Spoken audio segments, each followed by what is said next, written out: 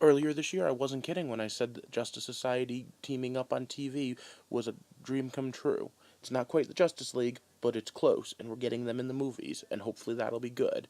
But for right now, I have to hope this is going to be. Welcome to the heart of the stories we tell. My name is Rob, and tonight I'm going to be previewing the four-night crossover between the entire Berlantiverse for Heroes vs. Aliens, or as I prefer to call it, Invasion. They haven't hidden the fact that they're using the Dominators and the fact that this is going to be an invasion story. However, I have to say, that story was such an awesome one that I remember from way back when, and I would have used it in such a way that I do have to worry about how they're going to do it. But for now, let me just give you a quick overview.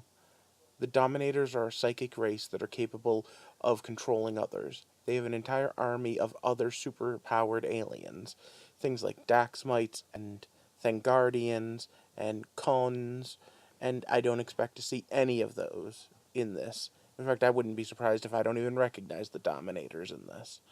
Let's take a look at what they look like. Gone are those yellow skin, gone are those big sharp teeth, and gone are those red symbols on their head. I wonder exactly how they are going to do this. My understanding is that this begins on Supergirl.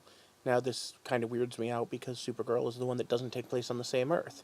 So are these a multiversal threat, or are they just a threat to our planet? Back on The Flash, we've already pulled someone from what they're calling Earth 19, a new Harrison Wells, and I think that's an Easter egg to prepare us for this. They're going to pull Supergirl from her Earth to help us. In which case, I don't understand how it's going to start on hers unless hers literally starts with Barry showing up and saying, "Hey, we need your help, can you come with me?" And then the rest of the episode takes place on the Earth of the rest of the Berlantiverse. Either way, I know that one of the problems is that there are people that watch one show and not the other three, and there are people that watch two or three of them but not all four. So, in order to help you guys out, I am going to be putting up these review videos in a slightly different way than I normally do. Starting with my new Supergirl video when it comes out on that day, I'm going to do a recap first in my spoiler section, and then I'm going to do my review of what I thought about it. So I'm going to leave my opinions out at the beginning and just stick to here's what happened, here's what you're going to need to know. Now, obviously, having not seen the next episode yet, I'm not going to be 100% sure what you're going to need to know, but I'm going to give you at least my best guesses and work on that. So that if you don't watch Supergirl, you can just grab my 15 or 10-minute review and watch that instead. Now, then I will do the same thing with Flash, Green Arrow, and Legends of Tomorrow. Obviously, we'll just wrap this all up. Keep in mind that the Arrow portion of this is also the Arrow's 100th episode, and that's supposed to be a big reveal and a big change of pace for that storyline. So I'm not sure exactly why they lined it up this way, and I do wish they had done more of a lead-in last week. Part of me fears that this crossover is going to have the worst element of a comic book crossover. That of all of your storylines for your individual book have to be put on hold in order to get the storyline for the crossover. Marvel made me really hate that with Civil War, but DC's had plenty of their examples of it too.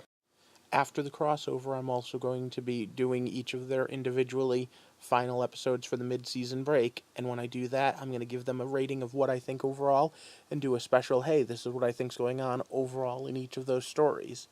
When I do that, though, I do want to just say, since this is one that's going to connect all of them, I think I'm going to come back and do another overview at some point during the mid-season break of what I think of the Berlantiverse overall.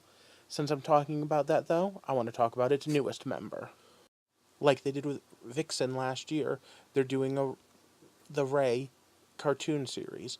With it, they're going to hire an actor that can play the Ray in live action, so he will be able to cross over like Vixen did last year with Arrow. I'm hoping to see it. Ray has always been a favorite of mine, although I have to be honest, I didn't know him as a freedom fighter. I knew him when he was the Ray in his own in the 90s and then joined the Justice League Task Force. However, if you look at the back of this picture, it looks like Phantom Lady, Falcon, and maybe a few others are there. I'm hoping maybe we'll get a Damage cameo, because Damage is a personal favorite. But either way, we'll talk about that more when it comes out. If you're interested in hearing my thoughts or just my recaps of what's going on with the Berlantiverse, why don't you hit that subscribe button? We're trying to build a community here where we can all talk about all of the shows, plus a bunch of movies and books and other things, and just general storytelling. For now, I'd like to thank you for taking this walk with me through the heart of the stories we tell. See you for the Fortnite crossover. Seriously? Yeah. You asked for my help, and then we end up the creek. Heroes vs. Aliens, the 4-night crossover event starts with Supergirl, Monday, November 28th on the